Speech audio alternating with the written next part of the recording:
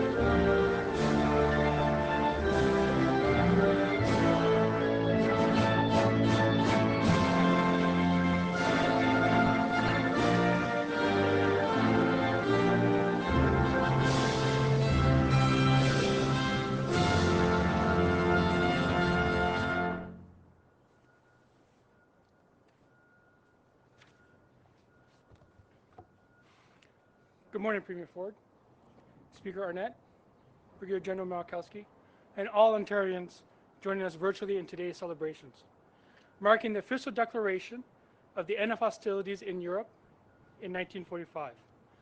My name is Major Sasha Paul, and I say welcome to today's ceremonies.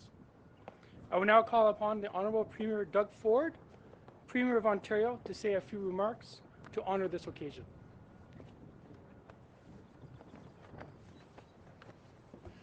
Well, thank you, Major Paul. And before I start off, I just want to thank the men and women that serve. I absolutely love the men and women that serve our country. Thank you from the bottom of our heart. Good morning. It's an honor to be here today with Speaker Ted Arnett and Brigadier General Malkowski to celebrate VE Day.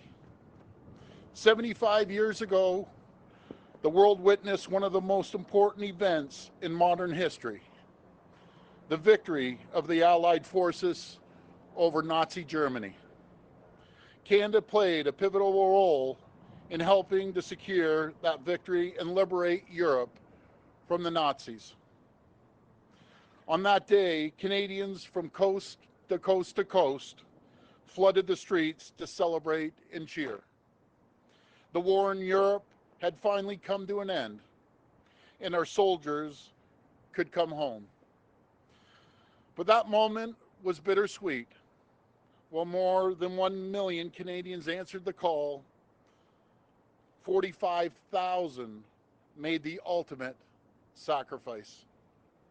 They gave everything in the service of their country, and today we honor those Canadian heroes. They fought for their homes and their families, for Queen and country, for our freedoms and the way of life. Whether it was storming Juno Beach on D-Day or freeing the Netherlands from Nazi occupation, Canadian troops became known for their raw courage, grit, determination in the face of adversity.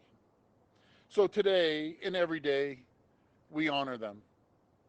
We honor and thank our veterans, and we salute our men and women in uniform who are actively serving as part of that rich tradition and legacy. While we cannot mark this historical occasion together in person today, we come together in our own ways to pay tribute.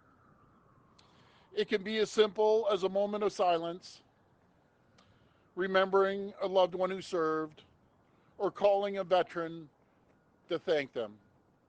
Their heroism and bravery continue to inspire us today, because we know no obstacles, no threat is too great when we stand united as Canadians.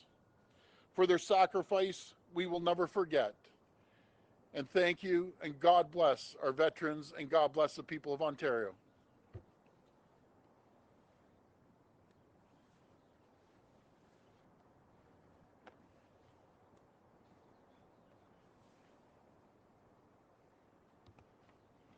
I will now ask the Honourable Ted Arnett, Speaker of the Legislative Assembly, to say a few words.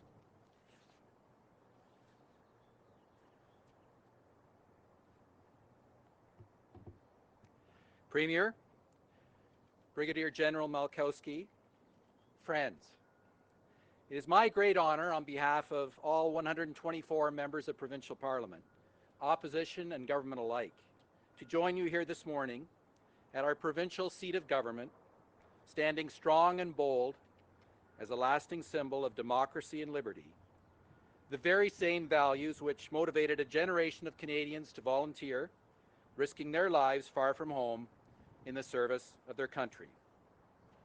The years have passed, but we gather still, and we do so today to acknowledge their courage and valor and remember their sacrifice.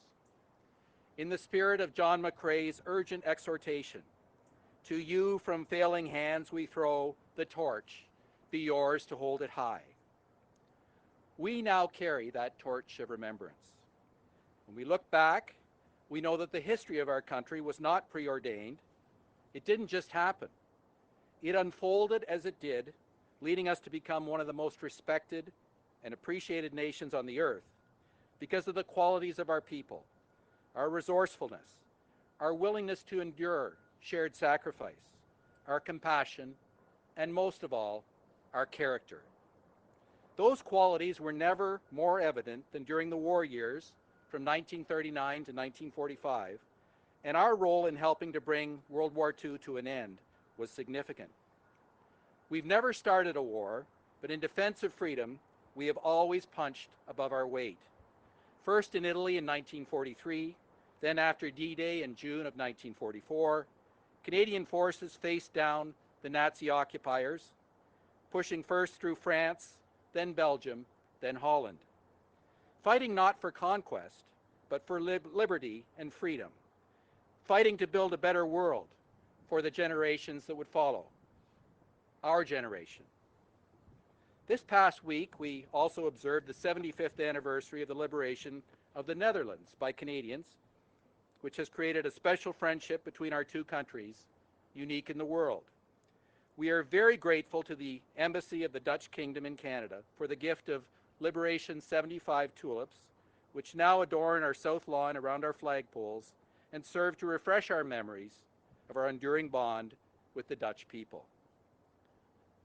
On this day, 75 years ago, as the hostilities in Europe came to an end, here in Toronto, they celebrated. University Avenue south of us was packed, and crowds engulfed much of the downtown. Today, by necessity, our numbers are diminished here. Many who would want to be here with us cannot be present. And we are not yet celebrating the end of our trial.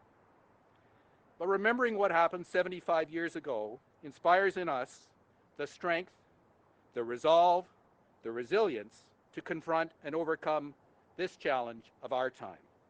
And while we must be physically apart, all across Ontario, we are together in affection and in spirit.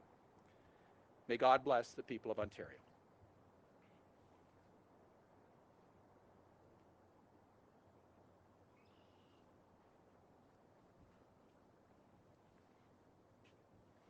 I now request Brigadier General Malkowski, Commander, 4th Canadian Division, Canadian Armed Forces, to say a few remarks.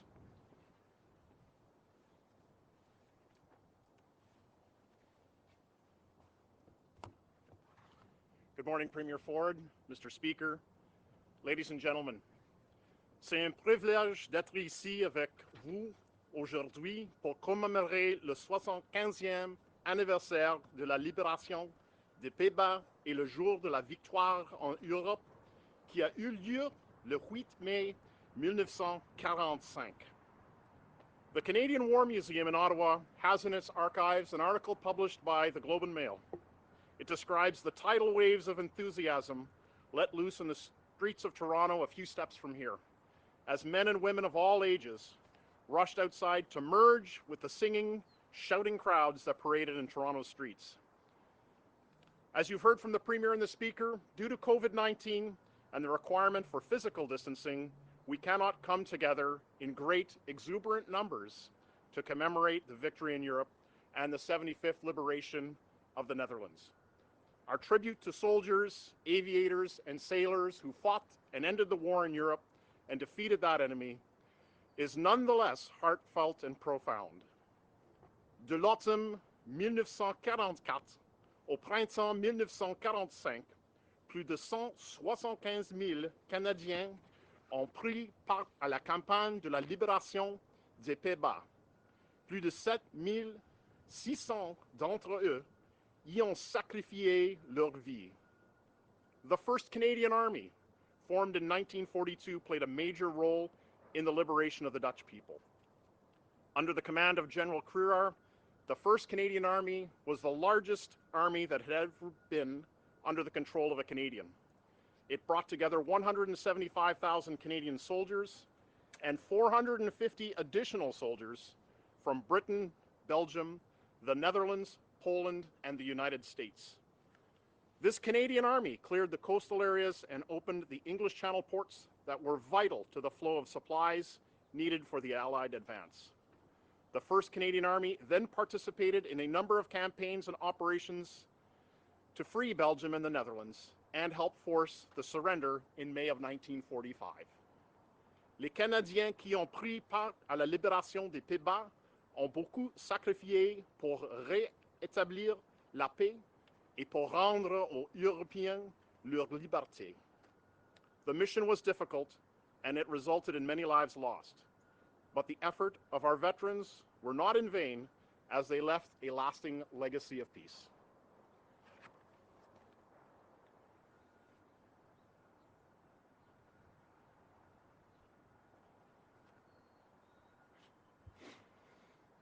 It is my honor to recite from the poem For the Fallen by Lawrence Bignon.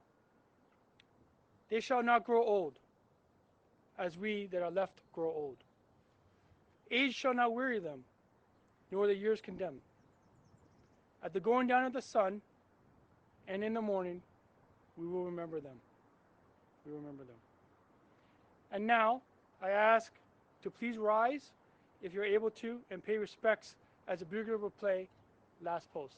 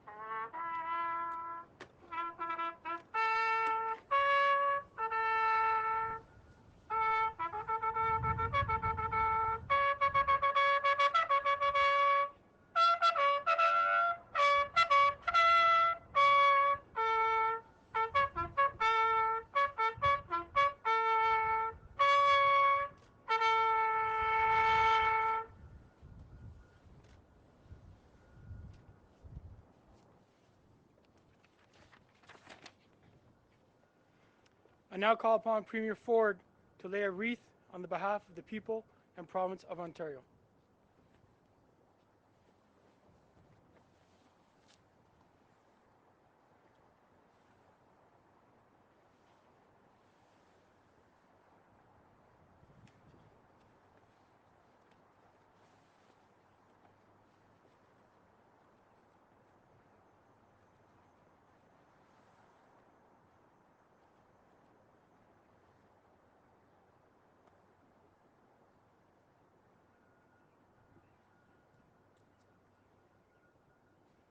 I invite Speaker Arnett to lay a wreath on behalf of the Legislature of Ontario.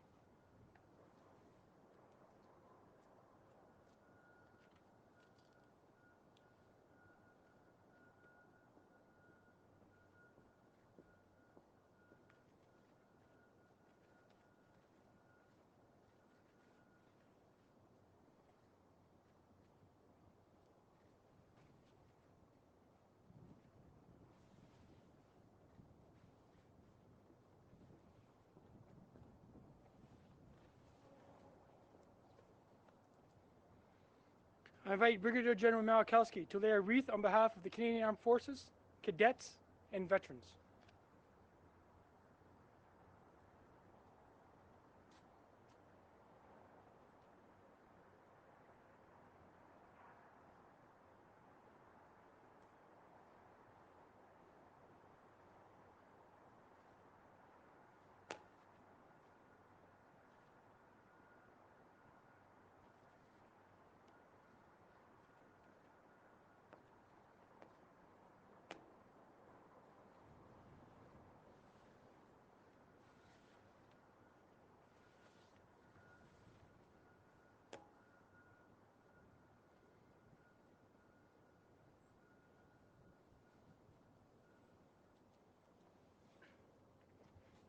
There is a fourth wreath that was placed prior to the ceremony on behalf of the Consular Corps of Toronto, who represent all of Ontario's diplomatic and international community, but could not attend today's ceremony due to the restrictions imposed by the COVID-19 crisis.